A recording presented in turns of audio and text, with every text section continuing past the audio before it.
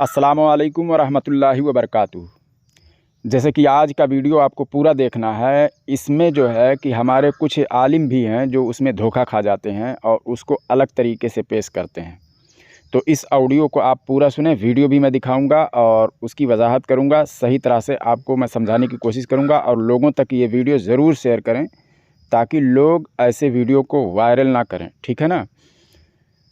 और जैसे कि मैं अपने ऑडियो में कहा करता हूं कि कोई बीमार हाल हो, किसी को कोई ऐसा मर्ज़ लग गया हो, जैसे कैंसर हो, ब्लड कैंसर हो, शुगर हो, हार्ट हो, या जो भी A to Z आसेब ज़दा हो, वो हमारे पास कॉल करके जो है रूहानी इलाज करवा सकते हैं। तो आइए वो वीडियो पहले देखें और उन वीडियो की जो है, जो देवबंदियों ने वीडियो, जैसे आला हज़रत फ़ाज़िल बरेलवी रहमतुल्लाह अलैह की तारीफ़ की इनके तमाम उलमा ने, तो उस वीडियो को क्या करते हैं, वायरल करने लगते हैं, यहाँ तक कि यूट्यूब पर भी डालने लगते हैं।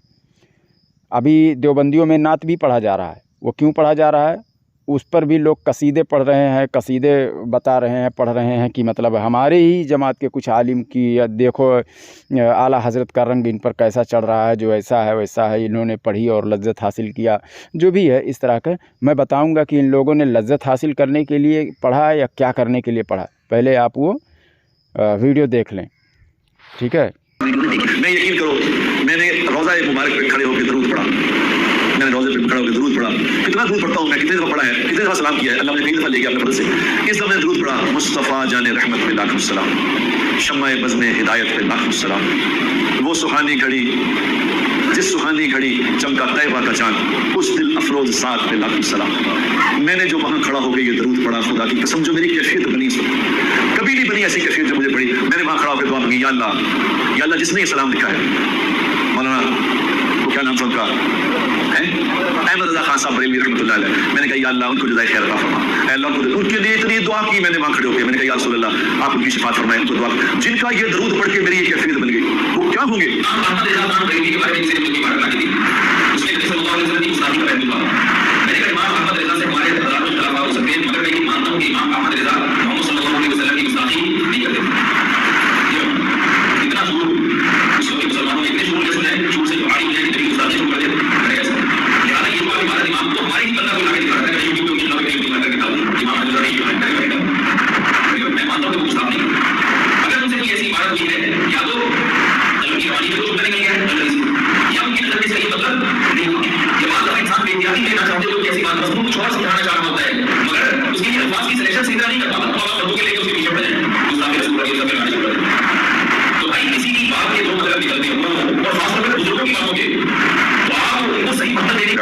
की मजलिस में किसी ने कह दिया रज़ा अहमद रज़ा खान बरेलवी, तो नाराज हो गए। मैं इतने बड़े आलिम का नाम इतनी बेअदबी से लेते, तो हजरत मौलाना अहमद रज़ा साहब ने तर्जुमा मुख्तलिफ उलमा ने मुख्तलिफ किया। किसी ने तर्जुमा किया आप कह दीजिए, किसी ने तर्जुमा किया आप फरमा दीजिए। सबसे बेस्ट तर्जुमा किया है इमाम अहमद बरेलवी साहब, अल-मुतवफ़ा 1340 हिजरी, आज चल रही है 1440 हिजरी। ये पिछले दिनों उनका 100 साला वो बरसी भी मनाई गई है, जश्न आला हजरत।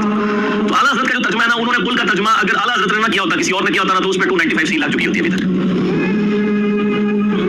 यानी हमारी जो डॉक्ट्राइन है ना, जो यहाँ पे इन लोगों को सेल्फ मेड बताई गई है, उसके एतबार से इंतहाई गुस्ताखाना तर्जुमा है। लेकिन कुरान हकीम की टर्मिनोलॉजी में बिल्कुल फिट तर्जुमा है। उन्होंने कुल का तर्जुमा किया तुम फरमाओ, नबी तुम फरमाओ। और उनका मौक़िफ़ ये था कि जब अल्लाह अपने नबी से गुफ्तगू करेगा तो आप नहीं कहेगा, खालिक और मखलूक का फर्क है, वो तुम कहेगा। तुम के अंदर अपनायत भी ज्यादा है और वो रिस्पेक्ट वाला इशू भी नहीं होगा। जरा खालिक मखलूक से आप कह के तो बात नहीं करेगा, तुम ही कह के करेगा। तुम में महबूबियत भी झलकती है और वो वाली फ्रैंकनेस वाला चीज भी झलकती है, प्लस ये खालिक और मखलूक का फर्क है। और तुम कह तो नहीं है, क्योंकि जब आप सल्लल्लाहु अलैहि वसल्लम अल्लाह के पैगाम को आगे पहुंचाएंगे तो वो फरमा रहे होंगे, चाहे वो गैर मुस्लिमों से कह रहे हो चाहे मुसलमानों से, वो कह नहीं रहे होंगे, क्योंकि बाकी मखलूक तो सारी उनसे नीचे है ना। तो कितना जबरदस्त तर्जुमा है, तुम फरमाओ कुल, तुम फरमाओ कुल हुवल्लाहु अहद, तुम फरमाओ कि अल्लाह एक है। तो ये सबसे बेस्ट। हमें कोई फिक्र खौफ नहीं है, बल्कि अल्लाह को जवाब देना है।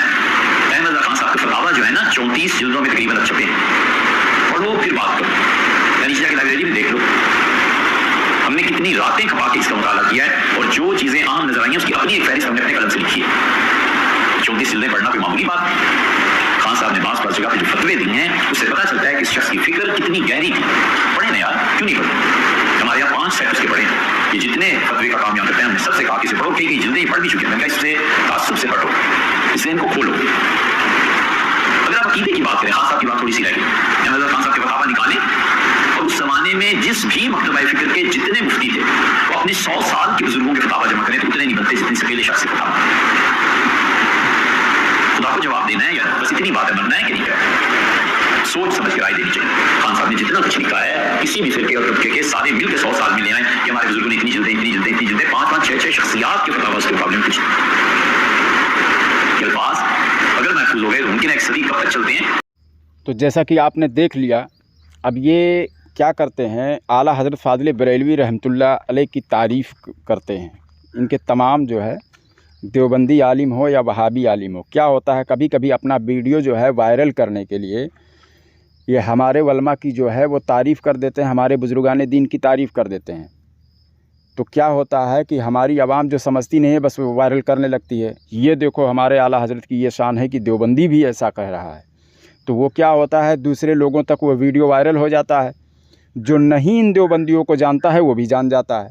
दूसरी बात, जब कोई सुना रहता है कि आला हज़रत के बारे में अच्छी बात कह रहा था, तो किसी दिन उसके सामने जब वीडियो आएगी कोई दूसरी वीडियो, तो वो ज़रूर सोचने पर मजबूर हो जाएगा कि यार उस दिन तो बड़ा अच्छा बात बता रहा था, देखूं क्या आज बता रहा है, क्या देखूं आज क्या बता रहा है। तो हो सकता है कि कोई जहर उसे पिला दे, उसमें अपने बात में कोई ऐसा जुमला उसे सिखा दे और उसके दिलो दिमाग में बैठ जाए जिसकी वजह से वो गुमराह हो जाए, तो इसका गुनाह किसको मिलेगा। तो बिना तहकीक के जो है कोई भी वीडियो बदमज़हब का शेयर ना किया करें।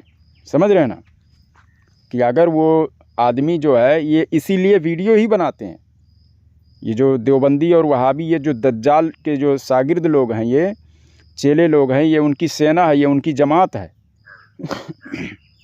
दज्जाल जो है बहुत बड़ा चालाक और होशियार रहेगा। वो ऐसा नहीं है कि मतलब वो बेवकूफ़ रहेगा, आएगा ही और सबको मारना पीटना शुरू कर देगा, ऐसा नहीं है। वो भी पहले इबादत गुजार होगा, खाने काबा का तवाफ़ करेगा, एक परहेज़गार मुत्तकी इंसान बनकर दिखाएगा वो। फिर धीरे धीरे जब लोग उसको जानने लगेंगे और इन्हीं खवारिज में से ही वो होगा। ये तमाम हदीसों में मौजूद है, ये सारी बातें मैं यहाँ नहीं बता रहा हूँ हदीस की रोशनी में, लेकिन सारी बातें जो है मतलब हदीस का हवाला देकर नहीं बता रहा हूँ, लेकिन हदीस की रोशनी में ही सारी बातें मैं बता रहा हूँ कि ये खवारिज में से ही होगा। और खवारिज कौन है, यही देवबंदी वहाबी हैं। समझ रहे हो ना। और जिसको शौक़ हो आए, मैं साबित करके दिखा देता हूँ कि यही लोग खारजी हैं। तो इन्हीं में से वो होगा। तो पहले क्या होगा, वो इबादत गुजार ही होगा, अच्छा होगा और इन्हीं के नज़रिए पर चलेगा। जैसे अहले ईमान जो है, कब्र वालों से जो लोग मदद मांगते हैं उनको भी वो शिर्क कहेगा, ठीक है ना। तो इनका जो है, इनको ही लगेगा कि ये तो हमारी जमात का ही है, हमारे मौक़िफ़ पर ही है। बहुत सारी चालाकियाँ वो दिखाएगा, क्योंकि हुज़ूर सल्लल्लाहु अलैहि वसल्लम ने फरमाया कि सबसे बड़ा जो फितना है वो दज्जाल का फितना है। और तमाम अंबिया ने दज्जाल के बारे में ख़बर दी है कि वो मतलब अब सोचो कितना ज़्यादा होशियार और चालाक वो होगा कि लोगों को किस तरह से लोगों का ईमान किस तरह लूटेगा बेवकूफ़ बनाकर। तो मैं ये कहना चाहता हूँ कि आज के देवबंदी जो सड़क छाप जो हैं, छोटा सा जो है चालाकी दिखाते हैं यार, और हमारी आवाम समझ नहीं पाती है इनकी चालाकियों को। तो दज्जाल जैसे लोगों की चालाकी कैसे समझ पाएगी। समझ रहे हो ना। ये चालाकी सिर्फ इनका इतना है, अरे भाई अगर तू आला हज़रत को कह ही रहा है कि वो अच्छे हैं, बड़े नेक हैं, बहुत अच्छा काम किया उन्होंने और रहमतुल्लाह अलैह भी बोलते हो तुम लोग, तो फिर उनके मसलक पर क्यों नहीं कायम हो जाते, उनके मसलक को क्यों नहीं अपना लेते, उनके लिए दुआएं कर रहे हो हैं। और कुरान में हदीस में मौजूद है काफिर और मुशरिक के लिए दुआएं ही नहीं हैं, ये लोग दुआएं भी दे रहे हैं। बताओ, क्या इन लोगों को आला हज़रत का अकीदा नहीं मालूम है, इनके उलमा को नहीं मालूम है। तो मालूम नहीं है तो फिर उन पर शिर्क और बिदात का ये हुक्म कैसे ये लोग नाफिज कर रहे हैं। मालूम है सारी बातें, दुआएं भी दे रहे हैं। कितनी मीठी बात की अल्लाह ताला उनको उनके कब्र पर रहमत नाजिल करे, ये करे वो करे, समझ रहे हो, दुआएं भी दे रहे हैं। यहाँ पर इनके लिए सब कुछ जायज़ हो जाता है। इनके नज़दीक काफिरों मतलब हम जो अहले सुन्नत व जमात हनफी बरेलवी जो लोग हैं वो मुशरिक हैं। और हदीस में भी मौजूद है और कुरान में भी मौजूद है कि काफिरों के लिए, मुशरिकों के लिए दुआएं ही नहीं की जाएंगी। तो फिर ये लोग मुशरिक भी कहते हैं और दुआ भी दे रहे हैं। तो इनकी चालाकी मतलब ये हर एक काम कर सकते हैं, कुरान और हदीस के ख़िलाफ़ काम कर सकते हैं, आपका सिर्फ ईमान लूटने के लिए, कुछ भी करने के लिए ये लोग तैयार हैं। दूसरी बात अभी मैं दिखा देता हूँ, कुछ साल पहले अभी तक होता था कि ये नात पढ़ना कहाँ से किसकी सुन्नत है, ये तो बिदात है। अब ये लोग नात भी पढ़ने लगे हैं, समझ रहे हो। आइए पहले वो नात सुन लो आप, फिर उसके बाद में मैं बताता हूँ उसके बारे में भी। अशरफियाँ तुम्हारे लिए के लगाते हैं नारा, हम ईमान वाले मोहम्मद हमारे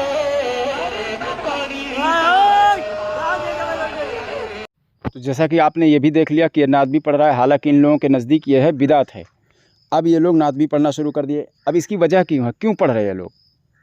तो क्या होता है कि हमारी जो आवाम है आजकल नात ख्वां के पीछे बहुत ज़्यादा भागती है, क्योंकि जब जलसा होता है तो वहाँ पर एक मशहूर जो है नात पढ़ने वाले को बुला लिया जाता है, उसमें आवाम जाती है, नात सुनकर चली आती है। तो ये आवाम को जो है अहले सुन्नत व जमात हनफी बरेलवी आवाम को सिर्फ खींचने की कोशिश कर रहे हैं कि वो हमारे मजलिसों में आएँ किसी भी वजह से। अब ये लोग देखते हैं कि भाई आवाम कहाँ ज़्यादा जमा होती है, उस हिसाब से वो हथकंडे इस्तेमाल करते हैं, समझ रहे हो ना। यानी वहाँ पर ये है शहद में जहर मिलाकर देने का काम कर रहे हैं। यानी पब्लिक कैसे भी आना चाहिए इनके पास, समझ रहे हो ना, तो वो भी इनके नज़दीक जायज़ हो जाता है। जैसे कि ये तमाम काम ऐसा करते हैं कि जो इनके नज़दीक बिदात है, ये काम इनके नज़दीक पहले बिदात थी, अब ये लोग पढ़ रहे हैं, समझ रहे हो ना। तो इनका एक नज़रिया है, इनका एक थेवरी है, समझ रहे हो ना, कि मतलब ये हराम काम कर सकते हैं, यानी हराम का गुनाह मिलेगा, और उसकी वजह से कोई अगर इनके मज़हब में आ जाए, यानी देवबंदी मज़हब कबूल कर ले, तो इनके हिसाब से वो है कि वो ईमान में आ जाता है। तो ईमान किसी को कलमा पढ़ा देना ज़्यादा सवाब है इसके कि गुनाह का काम कर लिया जाए। तो इनके नज़दीक यही चीज़ है, यही नज़रिया ये लोग लेकर चल रहे हैं, समझ रहे हो ना, कि मतलब अगर हम गुनाह भी कर रहे हैं तो गुनाह का जो है वो थोड़ा गुनाह का मिल जाएगा, लेकिन किसी का ईमान अगर हम बचा ले रहे हैं तो बहुत बड़ा सवाब है। तो गुनाह के बदले में सवाब ज़्यादा हमें मिल रहा है, तो समझ रहे हो। तो ये गुनाह भी करने को कायल हैं, इनके नज़दीक गुनाह है, ये बिदात है नात पढ़ना। और दूसरी बात क्या है, ये आला हज़रत का नात पढ़ रहा है, बहुत बड़ा ऑडियो है, इसमें आला हज़रत का भी नात पढ़ रहा है, और सब वाहवाही कर रहे हैं, सारे के सारे देवबंदी झूम रहे हैं। तो भाई क्या हुआ अचानक? वही मैं बता रहा हूँ कि दज्जाल जो नहीं है वो तो बहुत बड़ा चालाक होगा, समझ रहे हो, बहुत होशियार होगा, बहुत हथकंडे इस्तेमाल करेगा, बहुत तरीके से लोगों को अपनी तरफ खींचने की कोशिश करेगा, लोगों के बीच में जाकर बोलेगा, देखेगा किसी को कि कहीं पर कोई खड़ा है तो उसके आमने सामने कहीं भी किसी तरह से कुछ तो भी बात करेगा कि सामने वाला आकर उसमें शामिल हो जाए और उसके दिल में वसवसा डाल दे। हुजूर सल्लल्लाहु अलैहि वसल्लम की हदीस शरीफ है कि दज्जाल ऐसे ही बात कर रहा होगा, समझ रहे हो ना। लेकिन एक शख्स अहले ईमान होगा, वो जानता है, वो उसको पहचानेगा भी कि ये दज्जाल है, ये झूठा है, लेकिन भीड़ को देखेगा और सोचेगा चलो देखते हैं क्या लोगों को समझा रहा है, बस ये ख्याल लेकर जाएगा और वो उसके दिल में वसवसा डाल देगा और वो उसी का हो जाएगा, समझ रहे हो ना। तो ये जो है देवबंदी नात ख्वां को भी लाएंगे, अब इस तरह का काम ये लोग करेंगे और लोग सोचेंगे चलो हम तो सिर्फ नात पढ़कर चले आएंगे, लेकिन उसी बीच में जो है आपको जहर पिला दिया, आपका ईमान आपके लूट लिया जाएगा और वसवसा डाल दिया जाएगा आपके जहन में। तो ये पूरा दज्जाल के उस पर चल रहे हैं, ये उसके चेले लोग हैं, बिल्कुल इसमें कोई दो राय नहीं है। और इसमें हमारे ही कुछ लोग आलिम हैं कि जो वाहवाही कर रहे हैं कि अरे देख लिए हमारे आला हज़रत का जो है नात पढ़ रहा है, ये कर रहा है, वो कर रहा है। अरे बदमज़हब की तकरीर ही सुनना आवाम के लिए, गैर आलिम के लिए हराम है। वो तो आला हज़रत का नात पढ़ रहा है, उसको वायरल कर रहे हो, कुरान पढ़ेगा तो भी हराम है उसका सुनना, क्योंकि वो उसका गलत मतलब पेश करेगा, समझ रहे हो ना। तो नात से तो ज़्यादा ये है, कुरान पढ़ रहा है वो सामने वाला। बदमज़हब का वाज़ सुनना, जो वाज़ वो लोग करते हैं, तकरीर करते हैं, क्या कुरान नहीं पढ़ते हैं? लेकिन उसको हराम करार दे दिया गया है सुनने के लिए, और यहाँ नात पढ़ रहा है तो उसको वायरल किया जा रहा है। ये कौन सी अक्लमंदी है? ये जहालत है। हमारे भी कुछ मैं बता रहा हूँ, सोशल मीडिया से ही हमने ये अपने ही लोगों के चैनल से हमने ये वीडियो निकाला है, और वो इनकी तारीफ़ें किए जा रहे हैं कि देखो ऐसा है वैसा है। ये क्या सब चल रहा है? ये जहालत फैलाई जा रही है। इनकी चालाकियों को समझने की कोशिश करें, समझ रहे हैं ना। लोगों का ईमान ये लोग किस तरह से लूट रहे हैं। अभी देखिए, गैर मुस्लिम कोई कलमा पढ़ देता है तो उसको लोग वायरल कर देते हैं। जो नहीं जानता है वो भी जान जाता है कि ये आदमी कौन सा है। या कुरान की कोई आयत पढ़ देता है या कुछ ऐसा, या हुजूर सल्लल्लाहु अलैहि वसल्लम के बारे में या सहाबा कराम के बारे में गैर मुस्लिम कोई बयान कर देता है तो वो वायरल हो जाता है। ये देखो, एक काफिर होकर ये ऐसी ऐसी बातें कर रहा है हमारे मज़हब के बारे में, ठीक है, और इस पर वाहवाही लूटते हैं, समझते हैं कितना अच्छा वो काम कर रहा है। अरे जब अच्छा है, हमारे मज़हब में अच्छा है, तो वो अगर वो अच्छा मान रहा है तो उसको एक्सेप्ट क्यों नहीं कर लेता, मान क्यों नहीं लेता? यानी वो तुम्हें खुश करने के लिए ये सब कर रहा है। दूसरी बात, यही काम देवबंदी भी कर रहा है और वहाबी भी कर रहा है। तुम्हें खुश करने के लिए तुम्हारे अकाबिर का नाम और तुम्हारे सामने तारीफ़ कर देता है छोटी सी, बस तुम वायरल कर देते हो उसको, कि जो नहीं जानता है वो भी इसको जान जाता है और उसको भी सुनने लगते हैं। इसी तरह से ईमान लूट जाता है लोगों का, समझ रहे हो ना? तो इससे बचो, अक्लमंदी यार, थोड़ा होशियार बनो, लोगों की जो चालाकियाँ हैं उसको समझो। ये दज्जाल लोग हैं, समझ रहे हो ना? वहाबियों और देवबंदियों का कोई भी वीडियो जो है वायरल ही ना करें। आपको ये हक ही नहीं है कि आप वायरल करें, समझ रहे हो ना? क्योंकि वो हर हाल में ईमान ही लूटने के लिए ही सारा प्रोपगंडा रचा हुआ है। कैसे लोगों को अपनी तरफ लाया जाए, कैसे अहले सुन्नत को देखते हैं ना कि ये लोग नात सुनते हैं बहुत ज़्यादा, तो अब भाई यही भी करना पड़ेगा, क्योंकि ऐसा करेंगे तो ये नात वाले जो हैं ना, उनको कुछ इल्म तो होता नहीं है, और वो आएंगे और फिर उनको मतलब हम सिखाएंगे भी, समझ रहे हो? अपने यार दोस्त को भी वो लेकर आते हैं। तो ये नया चीज़ उन लोगों ने ईजाद किया है, समझ रहे हैं? और हमारे में तो माशाल्लाह जानते ही हो, हमने अपने इलाके में देखा है। मैं बता रहा हूँ कि नमाज़ पढ़ने का तरीका नहीं, बुढ़े हो गए लेकिन नमाज़ पढ़ने का तरीका उनको नहीं मालूम है। हमारे गांव की मैं अपने बात बता रहा हूँ, एक आध की मैं नहीं बात बता रहा हूँ, लेकिन सैकड़ों लोग होंगे लेकिन उसमें किसी को भी नहीं मालूम है, समझ रहे हो? लेकिन वो सुनना भी नहीं चाहते हैं। मिलाद करते हैं, जलसा करते हैं, आते हैं, जो नातख्वाह होते हैं 2-2 घंटा नात पढ़ते हैं, बताइए। और एक जो आलिम होते हैं, मुकर्रिर वो आते हैं 10 मिनट 15 मिनट आधा घंटा जो भी बोल देते हैं, बस हो गया।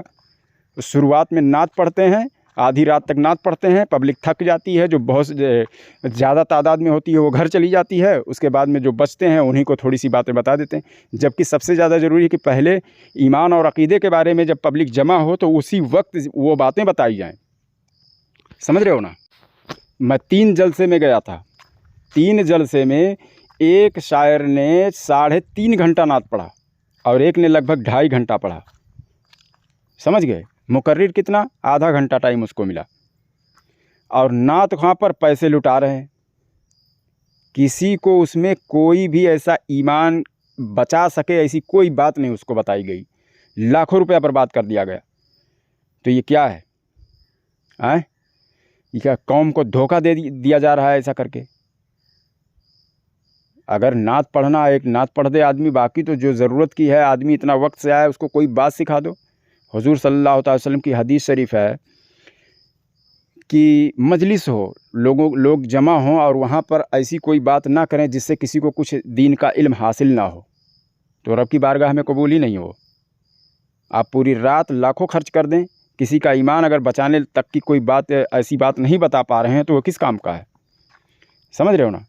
3 जगह पर मैं गया, जलसा हुआ था, और तीनों जलसे में मुकर्रिर ने बोला होगा, किसी में आधा घंटा, किसी में 15 मिनट और किसी में ऐसा, मतलब समझ रहे हो ना?